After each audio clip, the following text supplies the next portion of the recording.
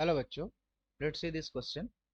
When the same isotopic gas is taken in two discharge tubes, the angle of deflection is found to be different through the strength of external electric field applied is the same. Explain. हमें इस question में दिया गया है कि जब दो अलग अलग डिस्चार्ज ट्यूब में सेम आइसोटोपिक गैस को फिल करते हैं तो उनका जो एंगल ऑफ डिफ्लेक्शन होता है वो क्या होता है, डिफरेंट होता है, जबकि दोनों ही डिस्चार्ज ट्यूब में इलेक्ट्रिक फील्ड का जो स्ट्रेंथ होता है वो क्या होता है, सेम दिया जाता है तब पर भी।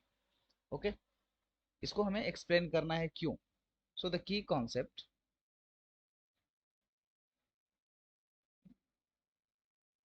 Discharge tube experiment, discharge tube experiment.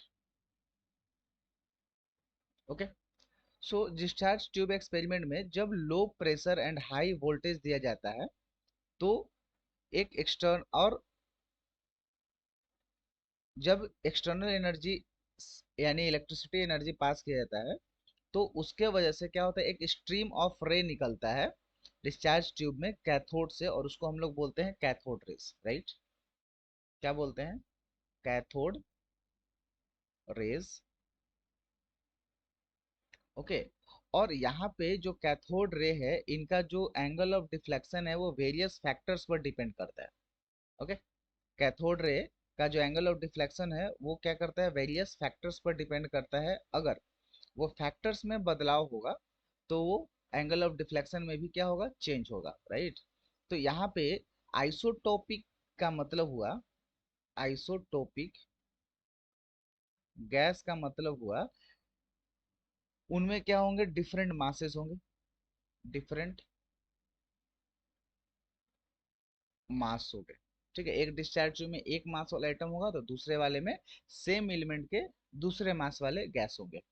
Okay, यहाँ पे हम बात करेंगे कि इफ द पार्टिकल और atom, if the particles mass, okay, is less, then inertia will be also less।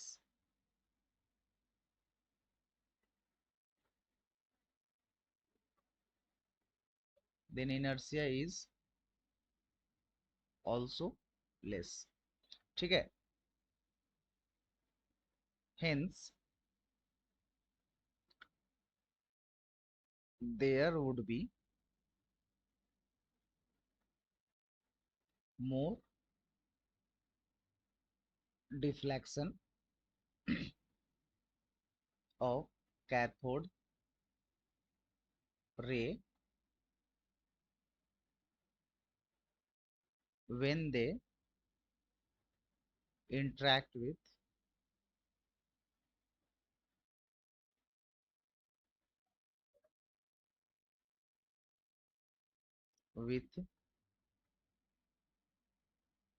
the external fields। Okay, तो जब गैसेस पार्टिकल्स क्या होंगे, आइसोटॉपिक होंगे, तो किसी ट्यूब में ज्यादा मास वाला होगा, किसी ट्यूब में लेस मास वाला होगा।